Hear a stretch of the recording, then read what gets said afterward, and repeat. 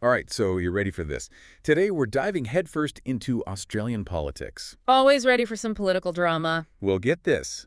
You sent us a bunch of articles about Senator Bridget McKenzie, Oh, yeah, I saw those headlines. and it is messy.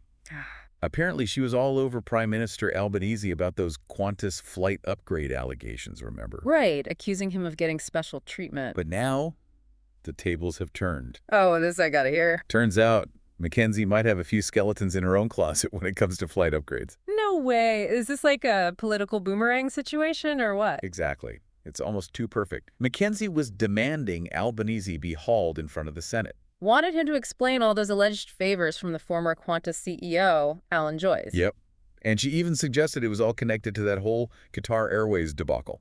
Oh, right, where Albanese blocked them from adding more flights to Australia. Some were saying those upgrades he got were like a thank you from Joyce for keeping the competition out. So McKenzie was really going hard, huh? Oh, absolutely. She was basically saying Albanese was putting his own travel perks ahead of the country's interests. Talk about throwing stones in a glass house. Right. Then, boom, the Australian Financial Review drops this bombshell.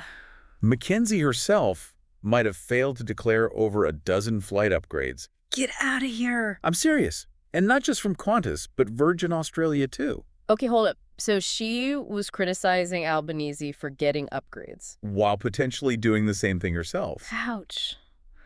It's got a sting. At first, she completely denied it. Said she never got any upgrades. But then, there's always a but then. The Guardian, those guys are good. They dug up a record from 2018. Right, they find. McKenzie actually declared one upgrade back then. So she knew about the rules. Which kind of blew her whole I never got upgrades argument out of the water. That's not a good look. So she starts scrambling, doing a self-audit of all her travel logs. And what happened? Spill the tea? Both Qantas and Virgin confirmed those extra upgrades. It's all there, black and white. She was busted, basically. Pretty much. It's like she threw a boomerang and it whacked her right in the face. Talk about karma. So, what's the fallout from all this? I bet the political scene is buzzing. Oh, you better believe it. Everyone's trying to figure out how badly this will hurt McKenzie. And, of course, how the coalition is handling it all. Right, are they standing by her? Yeah. Or throwing her under the bus? Let's get into that next. You know, this whole thing with McKenzie, it really makes you think. About? Like, are we just talking about flight upgrades here? Or is there something bigger going on? I see what you mean. Like, is this a symptom of a bigger problem in Australian politics? Exactly. It's like, have we just become numb to this sense of entitlement among politicians? Yeah, it does feel like we've seen this kind of thing before. Right. It's always something. Travel expenses, fancy dinners, you name it. All this stuff that makes it seem like they're living on a different planet. Totally detached from what everyday Australians are dealing with. And that gap between them and us breeds cynicism, you know? Makes people wonder if their vote even matters. And this McKenzie thing, whether she gets punished or not, it just adds fuel to that fire. Especially with an election coming up. Oh, for sure.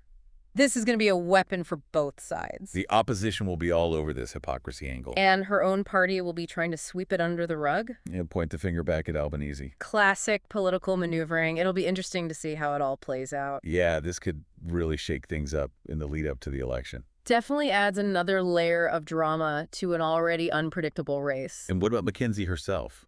I mean, even if she doesn't face legal trouble. Her reputation's taken a hit, that's for sure. Big time. She was always seen as someone who, like, held others accountable. The straight shooter, telling it like it is. But this whole thing just completely undermines that image. It's like, what was she thinking? Right. Was it just arrogance? Or carelessness? Or maybe she genuinely believed she was above the rules. Who knows? We can't get inside her head. But whatever her reason, it's a reminder that even experienced politicians can mess up. And in politics, those mess-ups can have huge consequences. So let's talk about those consequences. We've mentioned fines and censure. Right, but what do those actually mean for her future? Is she done for? Well, the fines could be anything from a small amount to a huge sum. Depends on how bad the breach was, I guess. But honestly, the money might be the least of her worries. Because the real damage is to her credibility. Exactly. Yeah. That and her political clout. And censure, that's a whole other level. Right. It's a formal slap on the wrist from the Senate. Basically saying, you messed up and we're calling you out publicly. And that kind of stain on your record, it's tough to get rid of. So, yeah, I can see how this could be the end of her political career. At the very least, it'll be hard to stay in a leadership position.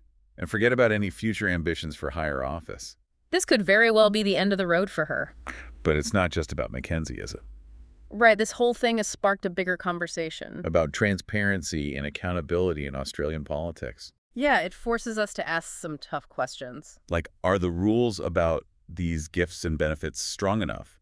Do we need stricter penalties for breaking them? And how do we even begin to rebuild trust in the system? Especially when it feels like the system is rigged in favor of the elite. Those are some really big questions, and honestly, I don't know the answers. It's not about simple fixes or tweaks to the rules. It's about creating a culture where integrity matters. Where transparency is expected, not just a nice to have. And that's where we, the voters, come in. Absolutely. We can't just sit back and expect things to magically change. We need to be informed, engaged, and ready to hold our leaders accountable. Speak up when something doesn't feel right, you know? So it's about more than just voting every few years. It's about being active participants in our democracy. So, yeah, this Mackenzie story might seem like just another political scandal. But it's really about something much bigger. It's a wake-up call about the state of our democracy and what we need to do to fix it. Now, we've covered the potential fallout for Mackenzie. And the impact on public trust. But let's dive into the legal and ethical side of things next. Okay, so we've talked about fines and censure. But are there other consequences she might face? What are we looking at here? So we've talked about all the fallout from this Mackenzie situation and the impact it could have on public trust. But what can we actually do about it? Like, how do we actually make sure our political system is more transparent and accountable? Yeah, that's the big question, isn't it? It's something people have been debating forever. But I think there are a few things we can do. For one, we need to tighten up those rules around declaring gifts and benefits. You think so? Yeah, there's a lot of wiggle room right now, a lot of gray area. So we need clearer guidelines. Definitely. And stricter enforcement. Right. And maybe even tougher penalties for breaking the rules. Make it hurt a bit more. Exactly. But it's not just about the rules themselves, is it? Right. We need a culture of accountability. Transparency should be the norm, not the exception. It's got to be a given, not an afterthought. Exactly. And that starts with us, the voters. We have to demand more. Absolutely. Scrutinize their actions, hold their feet to the fire, make it clear that we won't tolerate anything less than full transparency. So being informed, being engaged. Yeah. Not being afraid to call them out when something seems fishy. Exactly. And supporting those organizations that are fighting for transparency in government. There are groups doing that. Oh, yeah, there are a bunch. Some are pushing for stronger whistleblower protections. Some are advocating for open data. All sorts of things. So it sounds like there isn't one simple solution. Right. It's a multi-pronged approach. It's about political will and public pressure working together. I guess this whole flight upgrade mess could be a good thing in a way. How so? It's forcing us to face some hard truths about how our democracy is working or not working. It's a reminder that we can't just assume everything's fine. We have to be vigilant. We have to participate. So where do we go from here? What should our listeners be thinking about? The main thing is to remember, this isn't just a spectator sport. Democracy is all about participation. Stay informed, engage in thoughtful conversations, and hold your leaders accountable. It's about recognizing that we, as citizens, have power. Exactly. We have a voice and a responsibility to shape the society we want to live in. This deep dive has given you the facts and different perspectives, but it's up to you to decide what it all means. What are your takeaways from this flight upgrade saga? What role do you want to play in making sure our political system is truly serving the people? It's been quite the journey unpacking the scandal and seeing how it connects to bigger issues. But it's just the start of the conversation. Keep digging, keep questioning, and keep pushing for a more transparent and accountable democracy. Because ultimately, the future of our democracy rests on all of us being informed and engaged citizens, and that's something worth fighting for.